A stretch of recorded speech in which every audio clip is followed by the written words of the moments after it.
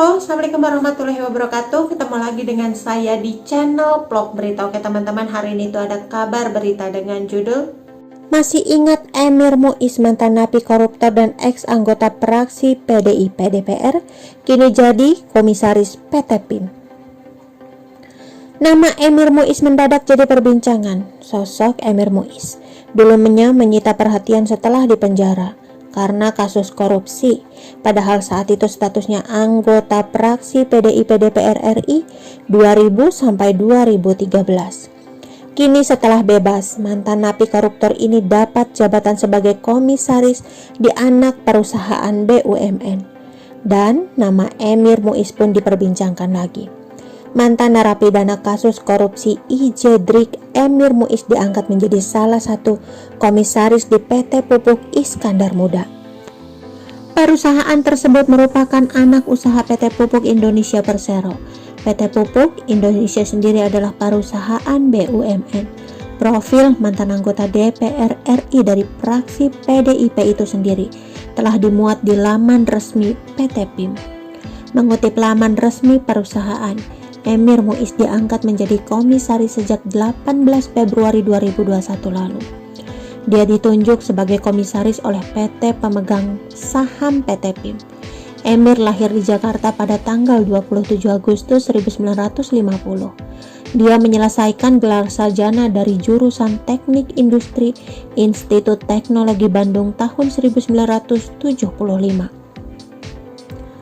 Pada 1984, menuntaskan studi pasca sarjana atau MIPA di Universitas Indonesia. Memulai karir pada tahun 1975 sebagai dosen di Fakultas Teknik Universitas Indonesia dan manajer bisnis PT Tirta Manggala. Dilansir dari makassar.tribunnews.com, menjabat sebagai direktur utama di beberapa perusahaan swasta pada tahun 1980 sampai 2000. Selanjutnya pada tahun 2000 sampai 2013 menjabat sebagai salah satu anggota DPR RI.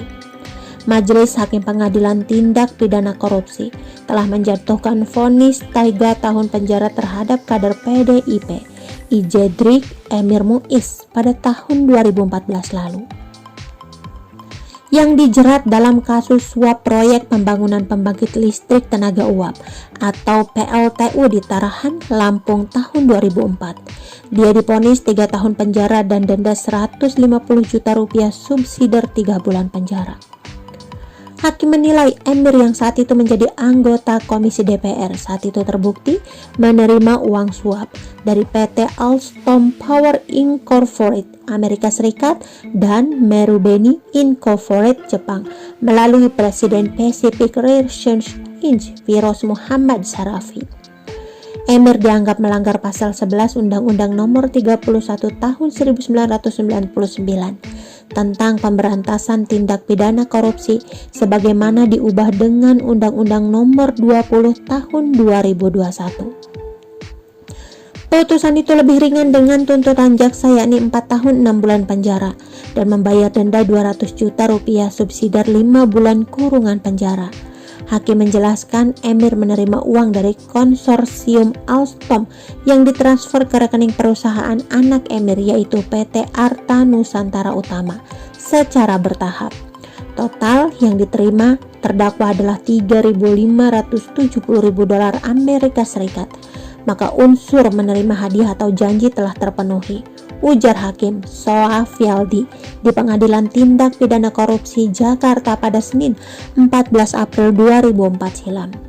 Mulanya pada 28 Juni 2021, PT PLN mengumumkan prakualifikasi proyek pembangunan PLTU di Tarahan, Provinsi Lampung yang dibiayai bersama-sama Jepang Bank for International Cooperation dan pemerintah Indonesia.